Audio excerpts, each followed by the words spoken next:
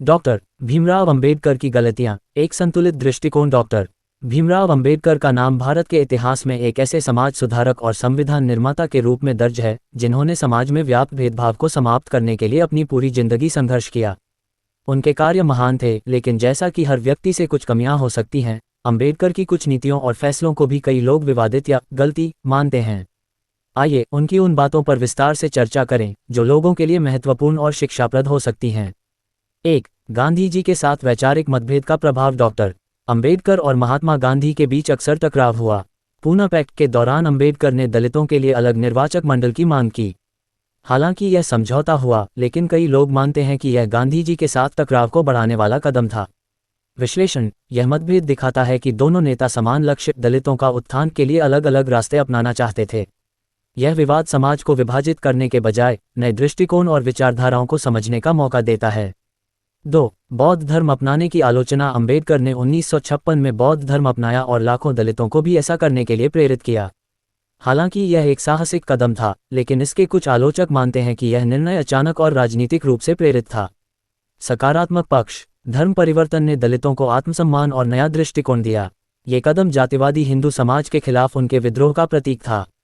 3. मुस्लिम league और जिन्ना के प्रति रुख। अंबेडकर ने अपनी पुस्तक पाकिस्तान या पार्टीशन ऑफ इंडिया में भारत के विभाजन को स्वीकार किया और इसे एक व्यावहारिक समाधान बताया।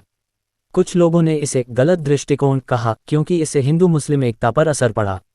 असली मकसद उनका ये कदम भारत के दलितों को राजनीतिक सुरक्षा प्रदान करने का था, जो उस समय के धर्म आधारित राजनीति के शिकार हो सकते थे। 4. समाज के अन्य वर्गों के लिए सीमित प्रयास। हालांकि अंबेडकर ने दलितों के अधिकारों के लिए अपार काम किया, लेकिन उनकी नीतियां मुख्य रूप से दलित समाज पर केंद्रित रहीं। कुछ आलोचक मानते हैं कि उन्होंने आदिवासियों, पिछड़े वर्गों और महिलाओं के लिए उतना सक्रिय काम नहीं किया। स्पष्टीकरण: ये कहना गलत होगा कि उन्होंने अन्य वर्गों के लिए कुछ नहीं किया।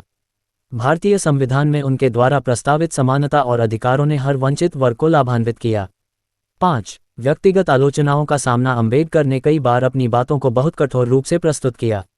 कांग्रेस, नेहरू और अन्य नेताओं की कड़ी आलोचना ने उन्हें कुछ हद तक अलग थलग कर दिया।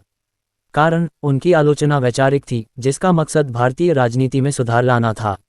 उनका उद्देश्य व्यक्तिगत नहीं, बल्कि सिद्धांतों पर आधारित था। 6. दलित आंदोलन का राष्ट्रीय स्तर पर विस्तार न होना। उनके आलोचकों का मानना है कि डॉक्टर अंबेडकर का दलित आंदोलन मुख्य रूप से महाराष्ट्र तक सीमित रहा और इसे राष्ट्रीय स्तर पर उतनी मजबूती से लागू नहीं किया गया। वास्तविकता: अंबेडकर ने सीमित संसाधनों और समय के बावजूद दलितों को राष्ट्रीय पहचान दिलाई।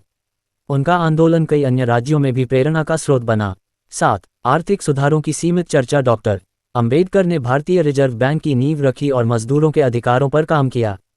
हालांकि उनकी आर्थिक नीतियों को सामाजिक सुधारों के मुकाबले कम प्राथमिकता दी गई। संदर्भ: यह उनकी प्राथमिकताओं का परिणाम था। सामाजिक समानता उनकी दृष्टि का केंद्र थी, जबकि आर्थिक सुधार उसके पूरक थे। 8. अस्पृश्यता के खिलाफ आंदोलन की गति। अंबेडकर ने अस्पृश्यता के खिलाफ कई आंदोलन किए, लेकिन उनके आलोचकों का मानना है कि वे इसे ग्रामीण भारत में तेजी से फैलाने में सफल नहीं रहे। समझने की बात: उनका कार्य बुनियादी था, जिसने समाज को सोचने और सुधारने की दिशा दी। उनके प्रयासों ने आगे के आंदोलनों के लिए आधार तैयार किया।